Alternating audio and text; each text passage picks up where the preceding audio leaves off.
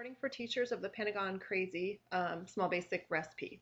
So we've got the recipe open, and just like in a lot of recipes, we're going to start on a line that we can actually see. So we're going to scroll down to the Draw Pentagon. This is PentagonCrazy, so we draw a pentagon and then we change the pen width and change the color.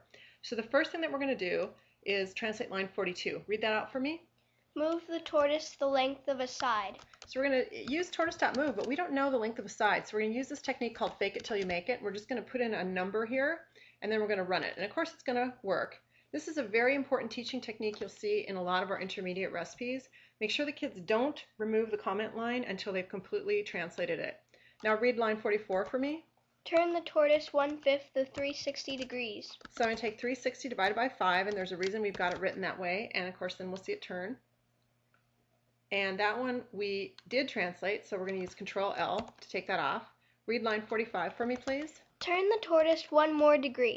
Okay, and we're going to say 1 more degree, and then it's going to be a little bit tricky to see, but we've got it on a slow speed, so you should be able to see that. Okay, once we've seen that go, then we're going to clean up that line, and now we're going to go up to the top, and we're going to make the tortoise speed up as we're drawing the pentagon. So read line 1. Make the tortoise move as fast as possible.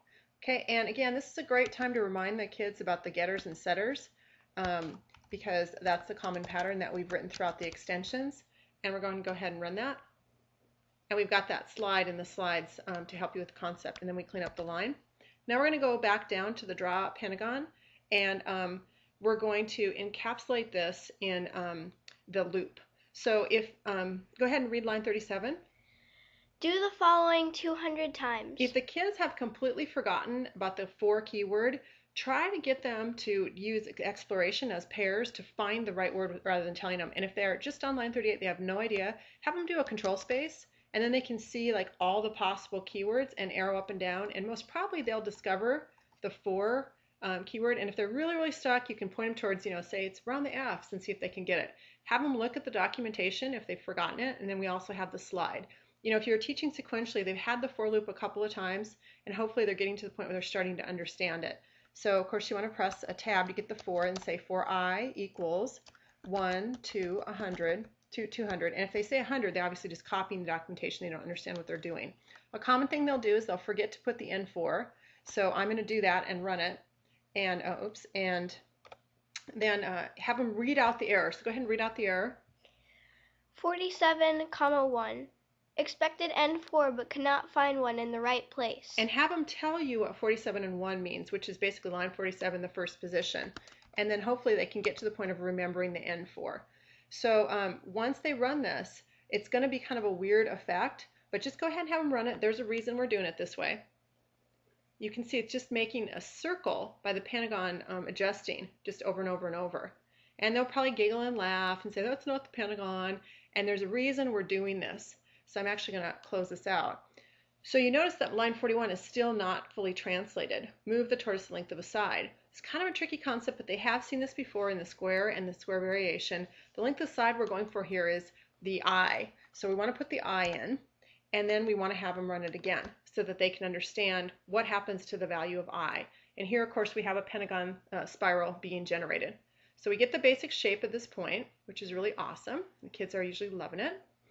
And the next concept that this recipe reinforces is the concept of subroutines.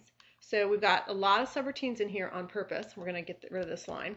And the first one is this draw pentagon. So you want to teach them in this way so that the kids can really understand what subroutines are doing. Before you do that, though, when you have these loops, another great teaching technique is to get the kids to right-click and format so they can understand which lines are inside of the loop. So then again, just like with the for, you want to see if the kids remember the keyword. So read line 35, So that's recipe for draw pentagon. And what you want to do there is do a control space again if the kids don't remember and have them arrow up and down. And what you're looking for, of course, is sub. So a couple things that they commonly do wrong is they use 2 words here, and they also put the N sub in the wrong place. That's why we have line 44. Go ahead and read line 44. End of draw pentagon recipe. So we're trying to encourage them to put the N sub in the right spot. As we get more progressive in the recipes, we sometimes aren't as explicit in that. Now when we call it, a kind of an interesting thing will happen. ask the kids what they think will happen and then watch what does happen. Of course, nothing, because we've created the sub, but we haven't called it. So again, leave the lines until it actually works. This is a really important teaching technique because the kids will want to delete the lines, they'll mess up, they won't know how to fix it. So go back up to the top, and the name of this is Draw a Pentagon, and we want to call it. So again, you want to encourage the kids to use the IntelliSense because otherwise they might spell the method wrong and it might forget the parentheses, so on and so forth. And now when we call it, of course, it's going to work. And a really core teaching concept in having kids understand subs. Create the sub, run it, nothing happens, and then call the sub. And notice the sub is not completed because in that sub we had the line adjust pen, which we haven't done yet. That's again part of the fake it till you make it, or the intentional teaching where the kids write a line of code and then they see the results. So we're going to do a little bit of cleaning up here. And we're going to clean this up. And we're going to clean this up. And again, we're going to do the indenting by right-clicking, and we're going to say Format.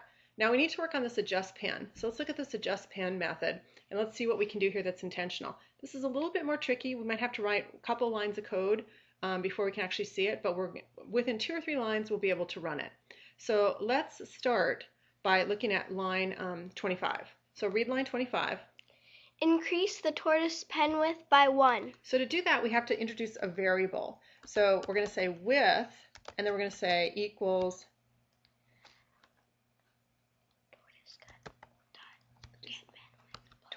okay, so tortoise dot get pen width plus 1, because that's going to get the current pen width and add 1 to it. And if we run it, it's not really going to do anything because we're not really using it, but it's okay to run it. So that way we can see that we don't have an error. So I'm just going to close out. But what we've done there is we've increased the tortoise pen width by 1. Now the next line here is we've set this width to the value of the current pen width plus 1.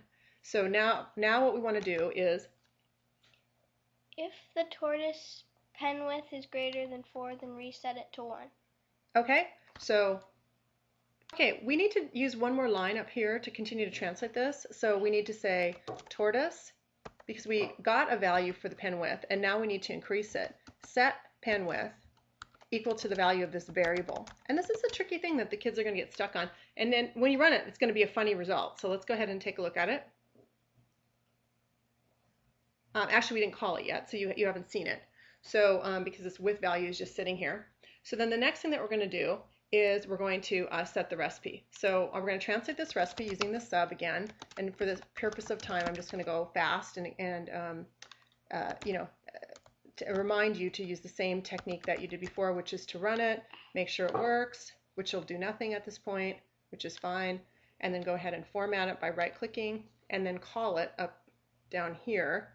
So we're going to call it adjust pen, and then we're going to go ahead and run it, and we're going to have kind of a goofy result. And you can see what happens is we just get incrementally 1, 2, 3, 4, 5, 6, 7, 8, 9, 10, and the kids are always going ha ha ha ha ha at this point. But they are visually seeing what happens to an incremental value, and I'll just stop it here, that is not adjusted. So we've translated this, we can take this out.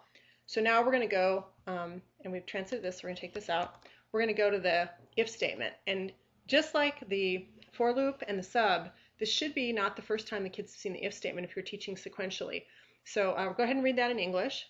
If the tortoise's pen width is greater than 4, then reset it to 1. Okay, so we're going to start with the if, and notice we have over here the example. So we're going to say width is greater than, and sometimes they'll put in the wrong, like I did there, less than, then we want to do what? We want to put in the end if, always, and the kids will forget to do that. And how do we reset it to 1? We want to say tortoise dot set pen width 1. Yeah, we just set it back to 1. And that's going to say, it's going to go 1, 2, 3, 4, 1, 2, 3, 4, 1, 2, 3, 4. But again, ask the kids what they think is going to happen. So go ahead and run it, and you'll see we're adjusting the width of the pen. Okay, awesome. So we've translated that. And again, you want to get the kids in the habit of doing the format program so they can see the if statement and get that off. And then we got a couple lines here. We just want to get rid of those. And get rid of this. And That's looking good. So now the next thing that we want to do is we want to work on the color wheel. So this is kind of a fun way to teach this. So if you go to line 23, go ahead and read that. Change the color of the line the tortoise draws to the next color on the color wheel. So of course that's tortoise, set pen color, and then we've got the color wheel, which the kids have seen, I think, in earlier recipes. Might not be the case, might be a new object, and we want to say get next color. If this is the first time they've seen the color wheel, you might need to help them with that. Now this is actually going to throw an error, and this is by design. So the error that you're going to see here is there are no colors in the color wheel. So you can't use the color wheel if there are no colors. So again, they can't take that line off until it's properly translated. Just keep reinforcing that.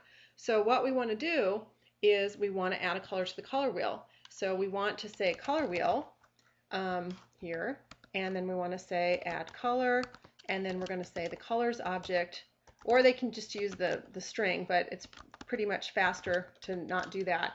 And just for the purposes of time, normally you would do one at a time here, but I'm going to just copy and paste and put two colors just so you can kind of see how this goes. And I'm going to say dark orchid. Is that what it is? Dark orchid? Yeah. Orchid. Okay. And we got two colors there. Now when we run it, we're still going to get a problem, and see if the kids understand why. Really important. Of course, we've got it, but we're not really calling this yet. So let's go ahead and make this as a sub, and we're just going to, purposes of time, copy and paste here. It's just faster. And the kids can do that. That's totally fine. Remember to put your end sub. And then, of course, obviously we have to call it, because if we ran it now, we still have the same problem, right? And you can have them run it. You should. They should really be understanding now creating a sub and calling a sub. Now when we call this, we should get a very beautiful PentagonCrazy with two different colors. And it's looking good. And of course, to complete the recipe, you just continue to add the colors in the color wheel. And the kids at this point are getting creative. They're maybe changing the number of sides or changing the colors. That's great. That's what we really want. Again, you want to format the recipe, clean up all the lines, that you've translated, and let the kids go. I sometimes ask them what their favorite colors are, and get rid of this. And now this is properly translated. And you can see you've got a pretty complicated recipe with 3 subs inside of it. And the kids at this point are going to be ready for the quiz. So you want to make sure and have the kids run the quiz after you do the recap and the variations. And hopefully this helps. This is PentagonCrazy.